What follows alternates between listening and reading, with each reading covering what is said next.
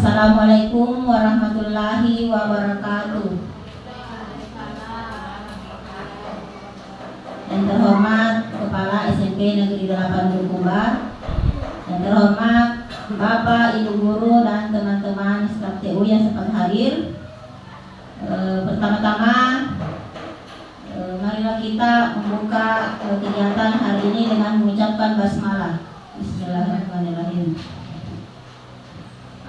Pada siang hari ini saya akan memaparkan materi mengenai menyebarkan pemahaman dan penerapan budaya positif di SMP Negeri 8 Bulukumba. Saya Rosmaini, SPD CGP Angkatan 9, SMP Negeri 8 Kabupaten Bulukumba. Nah, sebelum kita memasuki materi, mungkin di benak Bapak Ibu Guru sudah ada tertanam mengenai apa itu budaya positif. Coba siapa tahu ada yang bisa memberikan tanggapannya atau pendapatnya mengenai apa itu budaya positif. Coba silakan Pak.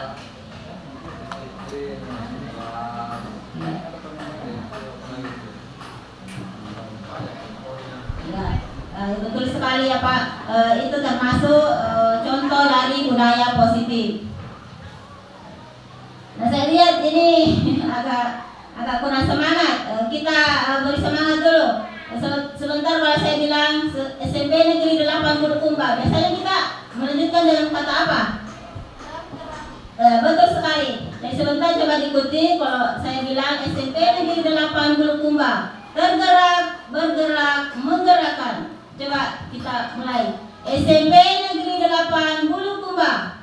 Bergerak, bergerak, menggerakkan. Terima kasih, tepuk tangan untuk kita semua. Nah, sekarang kita masuk materi mengenai budaya positif.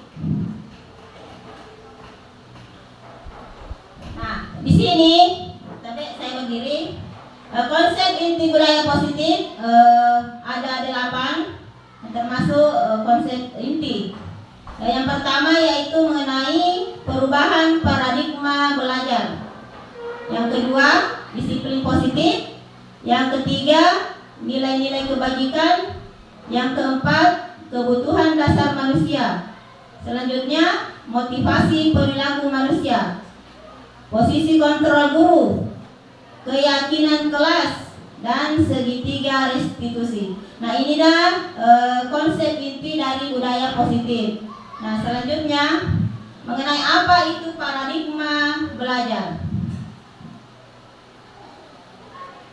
Nah, pembelajaran dengan paradigma baru. Sekarang kita termasuk dari beberapa sekolah, yaitu sekolah penggerak.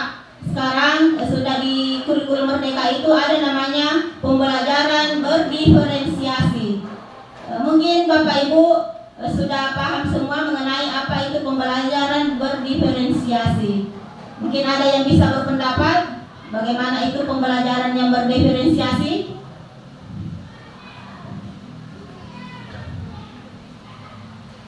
Ada yang bisa? Nah, sebentar ini. Pembelajaran dengan paradigma baru, termasuk di dalamnya adalah pembelajaran berdiferensiasi. Bahwa pembelajaran dengan paradigma baru merupakan pembelajaran yang dirancang berdasarkan prinsip pembelajaran berdiferensiasi, sehingga para peserta didik belajar sesuai kebutuhannya, berdasarkan tahap perkembangan sesuai teori psikologi modern, untuk mewujudkan profil pelajar Pancasila. Nah, inilah yang dimaksud dengan paradigma baru berdasarkan berdiferensiasi. Nah, di sini profil pelajar Pancasila ada berapa Bapak Ibu? Ada 6. Yang pertama, beriman dan bertakwa kepada Tuhan yang Maha Esa. Ya, yang kedua, bergotong royong atau bekerja sama. Lanjut, berkebinekaan global. Apalagi kreatif, bernalar kritis dan mandiri. Jadi inilah yang menjadi tolak ukur dari pembelajaran berdiferensiasi, yaitu profil pelajar Pancasila. Selanjutnya, nah ini juga miskonsepsi tentang teori kontrol. Nah dulu itu kita sebagai guru tidak bisa membedakan mengontrol diri kita bahwa kita ini sebagai penghukum atau sebagai teman bagi siswa. Nah sekarang ada namanya miskonsepsi tentang teori kontrol. Nah di dalamnya itu yaitu mengenai ilusi guru mengontrol murid, ilusi bahwa kritik dan membuat rasa bersalah mampu menguatkan karakter. Jadi dulu itu langsung dihukum anak-anak, tidak ditanya kenapa begini, kenapa begini. Nah sekarang ada namanya segitiga restitusi. Sebentar kita akan bahas juga itu. Selanjutnya, ilusi bahwa semua penguatan positif, efektif, dan bermanfaat. Ilusi bahwa orang dewasa berhak memaksa. Itu miskonsepsi. Artinya dulu itu kita bahwa apa yang kita tanamkan ke anak itu kita merasa bahwa kita lah yang benar, anak-anak dianggap salah untuk sebuah kesalahan, tidak ditanya bagaimana alasannya. Nah ini ada paradigma stimulus respon ke pendekatan teori kontrol. Nah di sini ada stimulus respon dan teori kontrolnya seperti apa, bisa diperhatikan di atas, yaitu bahwa stimulus respon yaitu mengenai realitas kebutuhan kita sama. Nah teori kontrolnya realitas kebutuhan kita berbeda, artinya tidak semua apa yang kita rasakan itu sama, ada perbedaan. Terus stimulus respon, semua orang melihat hal yang sama. Nah yang sebenarnya setiap orang memiliki gambaran berbeda. Lanjut, kita mencoba mengubah orang agar berpandangan sama dengan kita. Itu maunya kita. Nah yang sebenarnya kita berusaha memahami pandangan orang lain tentang dunia. Nah selanjutnya, perilaku buruk dilihat sebagai suatu kesalahan, padahal tidak semua. Nah di sini semua perilaku memiliki tujuan, jadi ada tujuannya. Lanjut, orang lain bisa mengontrol saya, hanya Anda yang bisa mengontrol diri Anda. Kira-kira bagaimana maksudnya ini Bapak Ibu? Orang lain bisa mengontrol saya, dan yang sebenarnya adalah bahwa hanya kita sendiri yang bisa mengontrol diri kita sendiri. Sebagai contoh, misalnya saya menyuruh Anda, Bapak Ibu guru, misalnya harus memakai baju putih. Nah, kalau misalnya Bapak guru tidak mau, itu adalah bagaimana cara Bapak Ibu guru mengontrol diri Bapak Ibu guru. Bapak tidak boleh ada orang lain yang memaksa kita. Hanya diri kita sendiri yang bisa mengontrol diri kita. Selanjutnya, saya bisa mengontrol orang lain. Dan sebenarnya Anda tidak bisa mengontrol orang lain. Nah lanjut, pemaksaan ada pada saat bujukan gagal.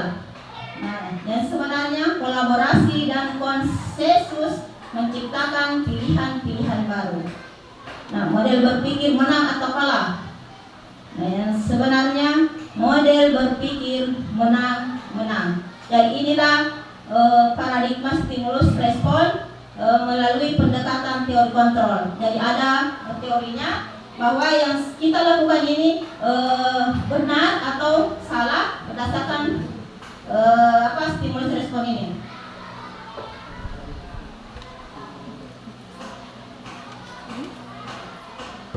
Nah selanjutnya nilai-nilai kebajikan.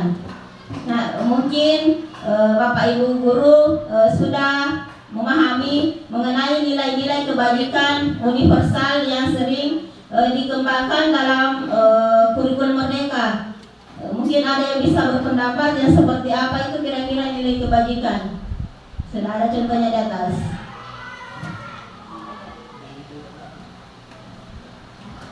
ini contohnya di atas, nilai yang disepakati bersama, lepas dari suku, bangsa, agama, bahasa maupun latar belakangnya. Jadi itulah yang dimaksud dengan nilai-nilai kebajikan yang universal, yang menyeluruh. Nah, terbagi atas 3 di sini, yaitu yang pertama, profil pelajar Pancasila.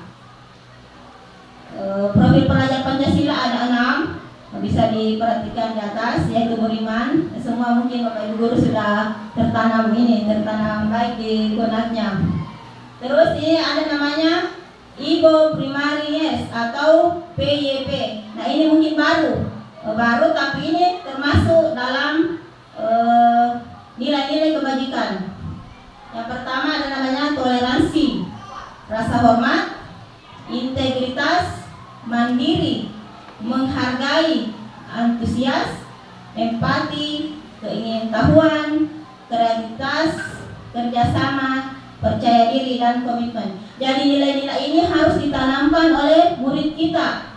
Nah, cara menanamkannya, kita sebagai guru yang akan menyebarkan pemahaman ini. Jadi melalui materi ini mungkin sebentar kita bisa menyampaikan kepada murid-murid kita. Selanjutnya, nilai keterampilan hidup atau life skill. Dapat dipercaya, lurus hati, pendengarnya aktif, tidak merendahkan orang lain, dan memberikan yang terbaik bagi diri.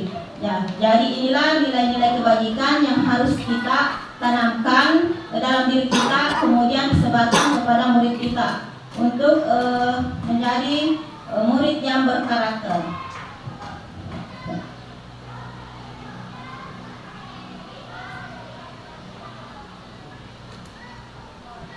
Nah, konsep inti selanjutnya adalah kebutuhan dasar manusia. Mungkin Bapak Ibu juga sudah paham mengenai kebutuhan dasar manusia. Kira-kira yang seperti apa itu yang termasuk kebutuhan dasar tak sebagai manusia? Mungkin ada yang bisa berpendapat? Coba silakan Pak Kadir. Tadi ada saya dengar. Makan minum. Kebutuhan? Kebutuhan makan minum. Nah, itu termasuk dalam kebutuhan untuk bertahan hidup. Terima kasih atas pendapatnya. Nah, di sini bahwa kebutuhan dasar manusia adalah segala sesuatu yang kita lakukan untuk mendapatkan apa yang kita inginkan. Seluruh tindakan yang kita lakukan memiliki tujuan tertentu, dan semua usaha terbaik yang kita lakukan adalah dalam rangka agar kebutuhan dasar kita terpenuhi dengan baik. Jadi sebagai manusia ada semua kebutuhan tak, tapi ada namanya kebutuhan dasar, kebutuhan pokok. Nah, ini tadi sudah disampaikan oleh Bapak Muhtadir bahwa yang termasuk kebutuhan manusia itu tadi makan minum. Dia termasuk dalam kebutuhan bertahan hidup, yaitu makan, pakaian, tempat tinggal, keamanan, dan kesehatan. Selanjutnya ada namanya kasih sayang dan rasa diterima. Jadi semua manusia pasti memiliki keinginan atau kebutuhan untuk disayang dan diterima oleh siapapun. Seperti rasa diterima, dipedulikan, berbagi, kerjasama, menjadi bagian dalam kelompok. Ya, jadi ini termasuk juga kebutuhan dasar manusia. Selanjutnya, penguasaan. Penguasaan di sini maksudnya harga diri. Jadi ini juga termasuk dalam kebutuhan, yaitu menghargai diri sendiri, keinginan untuk dianggap, memimpin, berprestasi, diakui dan didengar. Ini termasuk dalam kebutuhan penguasaan. Selanjutnya, kebutuhan kebebasan. Nah, yang termasuk di sini mandiri, memiliki pilihan, mencoba hal baru, mampu mengendalikan arah dirinya. Nah, ini termasuk kebebasan memilih. Jadi sekarang itu tidak boleh lagi dipaksa-paksa lagi pilihanmu. Jadi kita memiliki kebebasan diri. Nah, selanjutnya kesenangan. Nah, ini kesenangan dia termasuk dalam kebutuhan yang paling akhir. Jadi setelah kebutuhan dasar pertama bertahan hidup. Nah, kesenangan inilah yang menjadi kebutuhan akhir manusia, yaitu bermain, humor, antusiasme, dan tertawa. Jadi semua orang pasti butuh ini, bermain, humor, bercanda. Dan tidak semua orang serius. Kadang ada orang yang suka bercanda, itu termasuk adalah kebutuhan.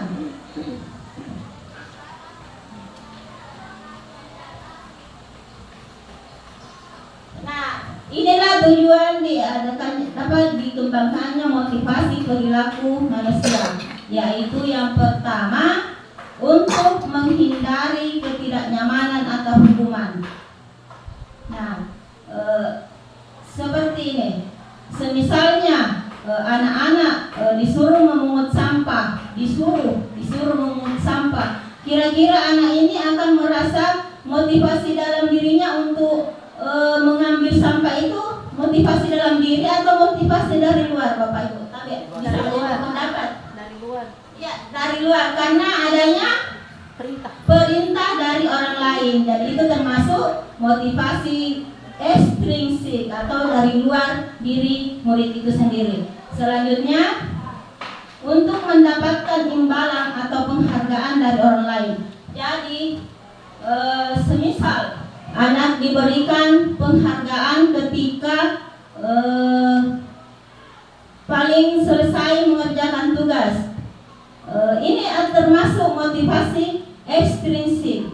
Karena adanya penghargaan, akhirnya dia memiliki motivasi hanya untuk mendapatkan penghargaan itu, bukan dari dalam dirinya. Hanya karena ada dorongan bahwa jika kamu berbuat jika kamu cepat menyelesaikan tugas ini, Ibu akan memberi bintang atau reward untuk kamu.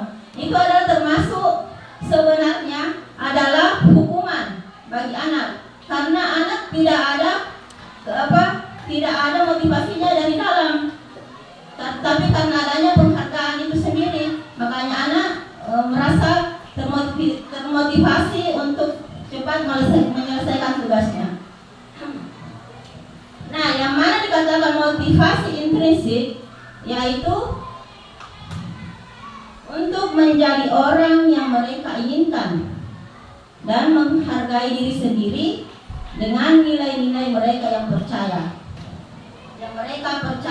Jadi ketika anak-anak melakukan sesuatu, misalnya membuang sampah tanpa disuruh, itu adalah motivasi yang ada dalam diri murid itu sendiri, tanpa adanya suruhan. Mereka dengan sadar diri mengambil sampah itu, tanpa adanya perintah mereka mengambil sampah itu adalah termasuk dari motivasi intrinsik atau motivasi dalam diri sendiri.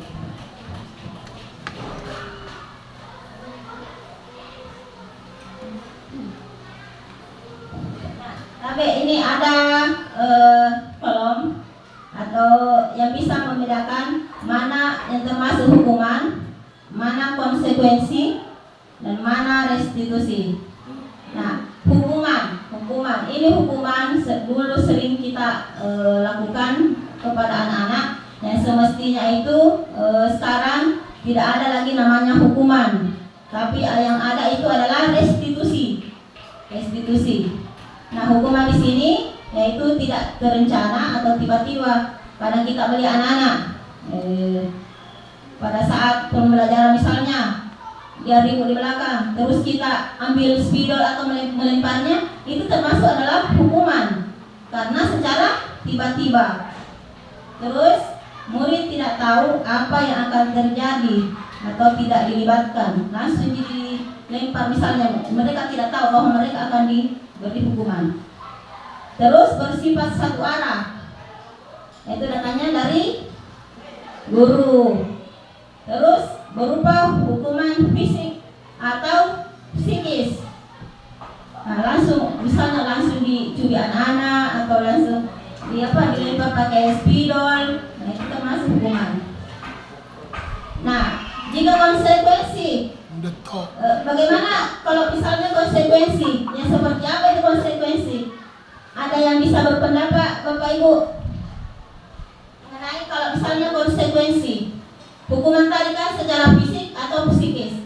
Kalau konsekuensi, misalnya seperti apa deh? Yang berpendapat Dua arah. Rencana. Ya, dua arah. Ada kesepakatan yang dibuat, kemudian ketika dilanggar maka ada konsekuensi yang harus diterima. Ya, betul sekali atas pendapatnya Ibu, bahwa di sini konsekuensi itu terencana atau disepakati sesuai peraturan. Murid tetap dibuat tidak nyaman, sikap guru selalu memonitor murid. Sebagai contoh, misalnya dalam pembelajaran penjas PJOK sudah ada kesepakatan bahwa yang terlambat masuk pelajaran PJOK lari keliling lapangan sebanyak 10 kali. Itu adalah termasuk, jika dilanggar termasuk apa Pak? Ya, konsekuensi karena sudah ditentukan sebelumnya bahwa yang terlambat masuk pelajaran PJOK akan diberi sanksi lari 10 kali. Nah, itu termasuk konsekuensi. Sebentar ada juga penjelasannya.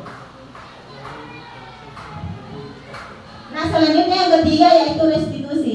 Nah, inilah yang sebenarnya sebagai guru di kurikulum Merdeka, inilah yang sebenarnya yang kita dituntut untuk menerapkan ini, yaitu sebagai proses menciptakan kondisi bagi murid untuk memperbaiki kesalahan. Proses kolaborasi yang mengajarkan murid untuk mencari solusi sendiri. Jadi anak-anak tidak langsung dijustice, kamu salah, tidak. Jadi ada namanya validasi tindakan, ada namanya menstabilkan identitas. Apalagi satu itu Bu, menanyakan keyakinan. Ya, ada tiga restitusi untuk penerapan segitiga restitusi untuk anak-anak. Jadi kita tidak boleh lagi menjadi penghukum sebenarnya. Kita menjadi bisa menjadi teman, bisa menjadi manajer bagi anak-anak.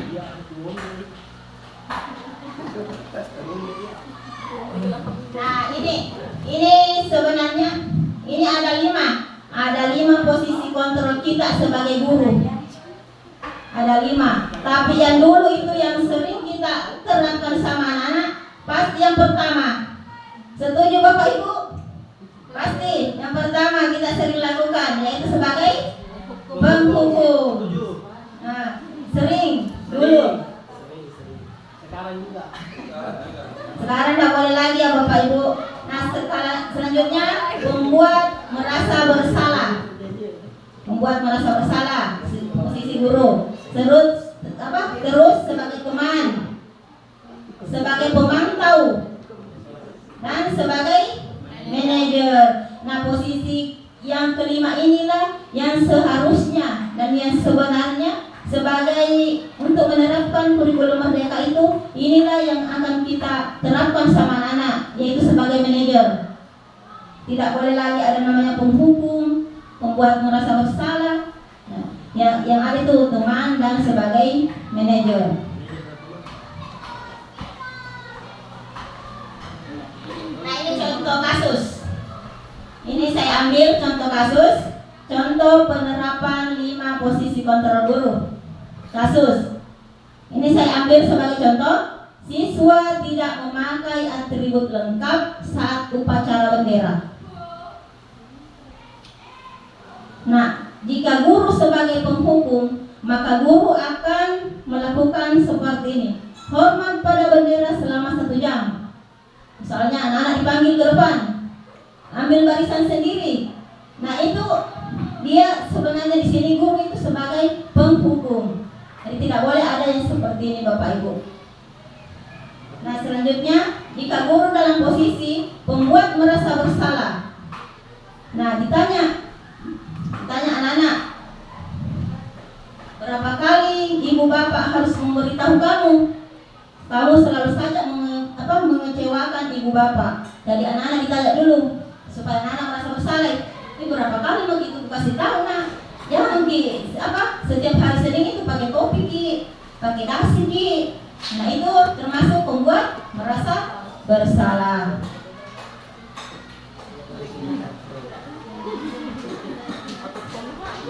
Nah, sebagai teman. Nah, posisi posisi guru sebagai teman. Nah, tadi masih kasus yang sama. Ayo dong, ikuti aturan sekolah. Tolong bantu Bapak Ibu ya. Sekali ini ya sudah, tidak apa-apa. Lain kali jangan sampai berbuat seperti ini lagi. Jadi dianggap itu teman anak. Bilang, ini berapa kali begitu ini? Capek masih dikasih tahu Ki. Seperti ini ya, sebagai posisi teman. Selanjutnya sebagai pemantau. Nah, di sini sebagai pemantau. Kamu sudah melanggar aturan sekolah. Kamu tahu konsekuensinya? Setelah upacara, kamu beli atributnya ke koperasi dan jangan diulang lagi. Ini posisi guru sebagai pemantau. Nah, terus posisi yang terakhir yaitu posisi manajer.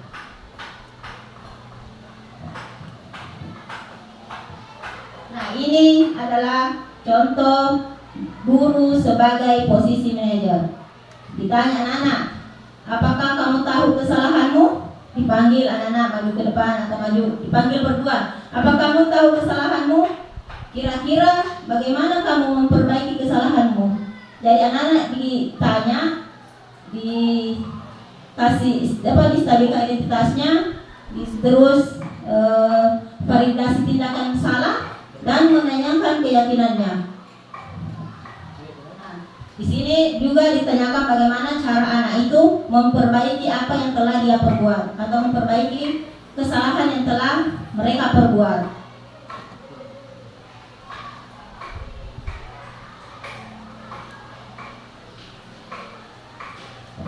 Nah, ini juga contoh-contohnya posisi kontrol. Kamu tidak pernah mendapat nilai jika tidak mengerjakan tugas. Kira-kira ini Bu, posisi kontrol seperti apakah Bapak Ibu guru di atas ini? Kalau ini kalimatnya, kamu tidak pernah mendapat nilai jika tidak mengerjakan tugas. Kira-kira Bapak Ibu ada yang berpendapat? Sebagai apa dia? Sebagai penghukum atau apa ini? Pemantau Bapak Ibu? Ya, dia betul sekali, dia sebagai penghukum. Karena jika tidak mengerjakan tugas, tidak dapat nilai. Bukan lagi konsekuensi ya. Nah, kalau posisi kontrolnya seperti ini, ayolah lakukan demi Bapak Ibu ya.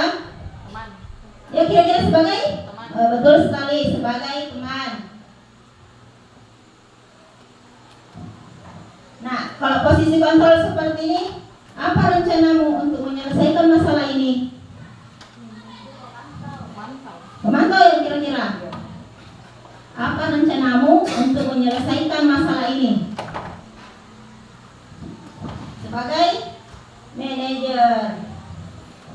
Nah, kalau ini kamu tidak pernah benar melakukannya, drastis. Ya, membuat rasa bersalah. Langsung di justice anak-anak. Nah, seperti ini lagi masih ada posisi kontrol. Seperti apakah aku? Saya kecewa sekali denganmu. Masih membuat rasa bersalah. Nah, sekarang lanjut inti yang ketiga. Inti dari konsep budaya positif, yaitu mengenai keyakinan kelas. Nah, sekarang mengapa keyakinan kelas bukan peraturan kelas? Mungkin Bapak Ibu ada yang berpendapat mengenai mengapa harus keyakinan kelas bukan lagi peraturan kelas.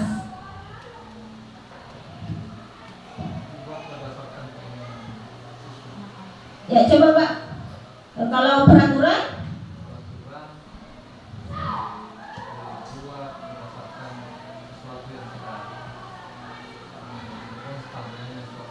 terus kalau keyakinan kelas dibuat secara ya, secara bersama dengan murid. Nah, betul sekali.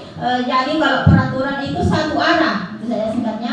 Peraturan itu satu arah. Kalau keyakinan itu adalah dua arah, artinya ada kesepakatan antara murid dengan guru atau wali kelasnya. Nah, contohnya ini sebagai penjelasan.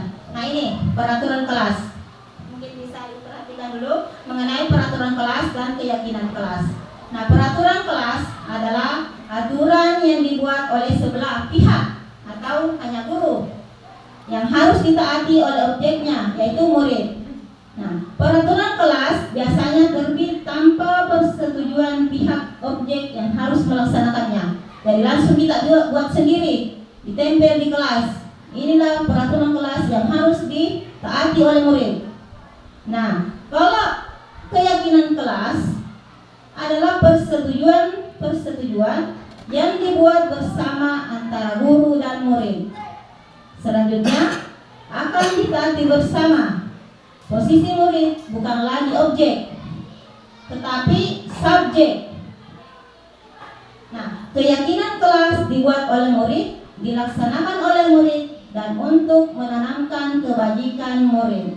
Jadi ini adalah perbedaan antara peraturan kelas dan keyakinan kelas. Untuk jelasnya dapat dilihat. Nah, ini pembentukan keyakinan kelas. Nah, di sini keyakinan kelas itu adalah bersifat abstrak. Terus berupa pernyataan universal. Sudah disampaikan tadi mengenai yang bagaimana itu nilai-nilai kebajikan universal. Itu misalnya saling menghormati, saling menghargai antar teman. Dibuat dalam pernyataan positif. Misalnya kalau peraturan kelas tidak boleh datang terlambat ke sekolah. Nah, kalau misalnya kalimat keyakinan kelasnya seperti apa itu, Bapak Ibu? Ada yang berpendapat? Kalau misalnya peraturan tidak boleh terlambat masuk kelas. Datang ke sekolah tepat waktu. Ya, betul sekali. Datang ke sekolah tepat waktu. Jadi semua yang ada di keyakinan kelas itu adalah kalimat-kalimat positif. Tidak ada kalimat negatif di dalamnya. Kalau peraturan kelas misalnya tidak boleh pakai sepatu putih ke sekolah. Nah, kalau keyakinan kelasnya ke sekolah menggunakan sepatu hitam. Nah, seperti itu perbedaannya Bapak Ibu. Selanjutnya sedikit saja agar mudah diingat. Jadi tidak perlu banyak. Lanjut, sesuai dengan kondisi kelas dan sekolah sehingga mudah diterapkan. Kalau dulu tata tertib panjang sekali, panjang lebar ke bawah. Sekarang keyakinan kelas tidak seperti itu lagi. Semua warga sekolah atau warga kelas dilibatkan saat membuat keyakinan kelas. Jadi bukan hanya guru yang membuat, tapi semua siswa dan guru dan wali kelasnya juga. Nah, sekarang kita lanjut ke inti budaya positif yang selanjutnya, yaitu mengenai segitiga restitusi. Nah, ini apa itu restitusi? Jadi bisa diperhatikan di atas bahwa restitusi adalah proses menciptakan kondisi bagi murid untuk memperbaiki kesalahan mereka, sehingga mereka bisa kembali pada kelompok mereka dengan karakter yang lebih kuat. Restitusi juga merupakan proses kolaboratif yang mengajarkan murid untuk mencari solusi untuk masalah mereka dan membantu murid berpikir tentang orang seperti apa yang mereka ingin menjadi tujuan mulia dan bagaimana mereka harus memperlakukan orang lain. Jadi ini adalah pengertian dari restitusi, yaitu memperbaiki kesalahan mereka dan mencoba mereka sendiri yang memperbaiki kesalahannya, bukan kita, tapi mereka sendiri.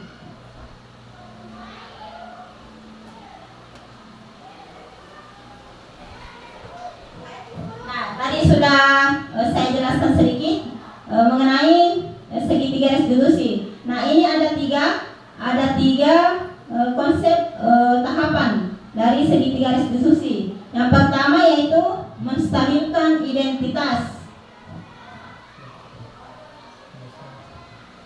Yang kedua, validasi tindakan yang salah. Yang ketiga, menanyakan keyakinan kelas. Apa menanyakan keyakinan? Nah, itu menstabilkan identitas? Nah, berdasarkan prinsip membuat kesalahan adalah bagian dari proses pembelajaran.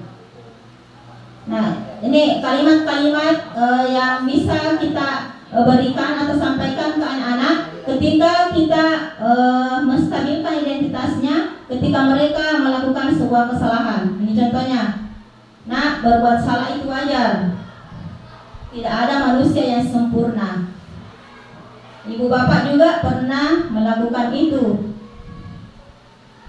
Ibu bapak di sini tidak mau mencari siapa yang salah, tapi ibu ingin mencari solusi dari permasalahan ini. Terus kamu berhak merasa begitu. Jadi inilah kalimat-kalimat yang akan kita sampaikan ke anak murid ketika mereka melakukan sebuah kesalahan. Kita stabilkan dulu identitasnya.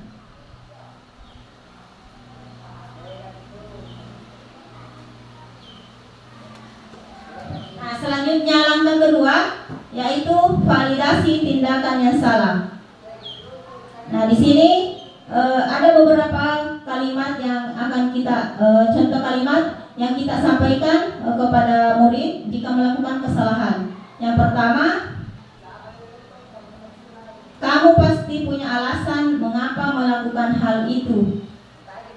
Selanjutnya, padahal kamu bisa melakukan yang lebih buruk dari ini. Kamu patut bangga karena telah melindungi sesuatu yang penting buatmu.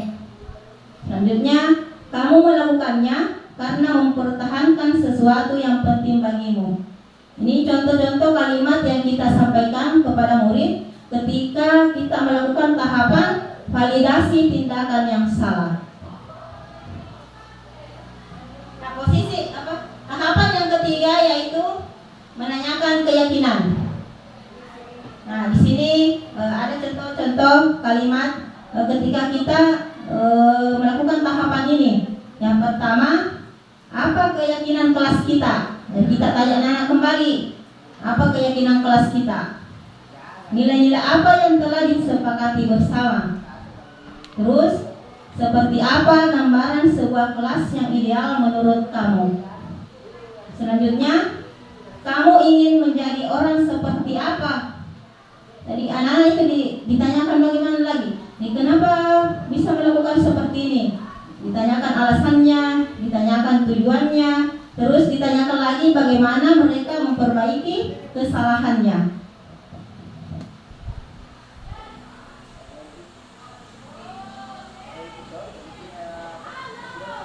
Nah, di sini ada sedikit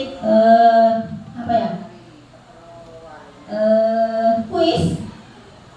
Bagaimana perbedaan antara hukuman dan konsekuensi. Di sebelah kiri ada tindakan guru, di sebelah kanan hukuman atau konsekuensi. Bapak Ibu silakan berpendapat untuk bagian pertama.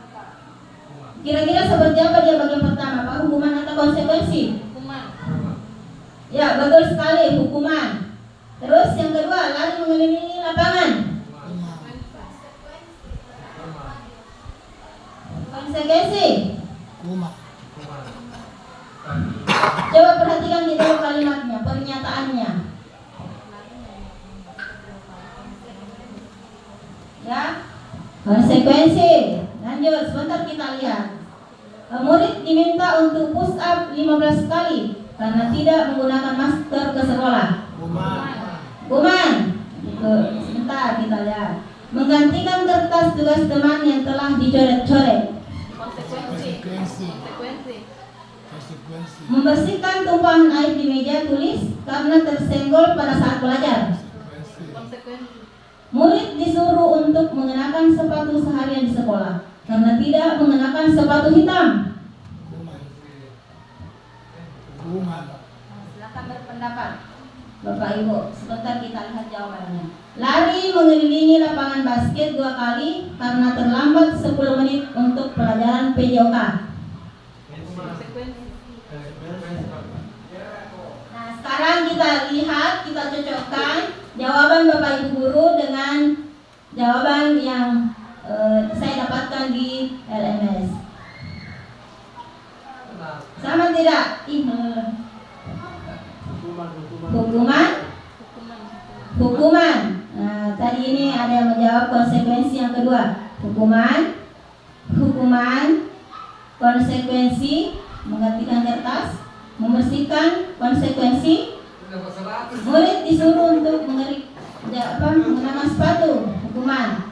Dan terakhir adalah konsekuensi. Jadi inilah beberapa contoh Bu, Bapak Ibu, antara perbedaan antara hukuman dan konsekuensi. Jangan sampai kita memberikan hukuman anak-anak padahal yang seharusnya hanya konsekuensi.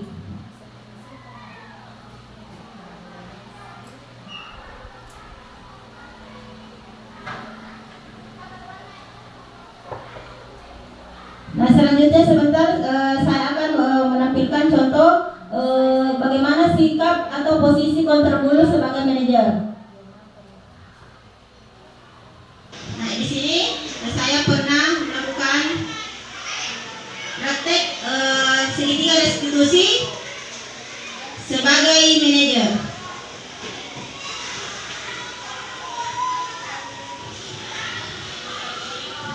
Nah, bisa diperhatikan video di atas.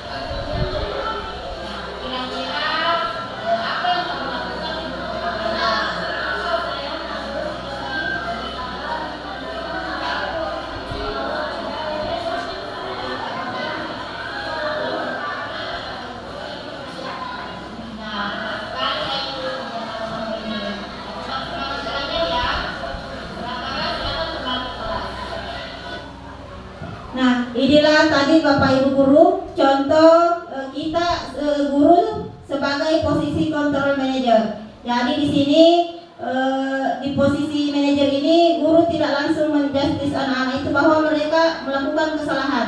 Tapi ada 3 tahapan yang kita harus terapkan. Yang pertama tadi itu menstabilkan identitas, yaitu menanyakan anak-anak kenapa dia berbuat salah. Terus validasi tindakan yang salah. Langkah selanjutnya yaitu validasi tindakan yang salah.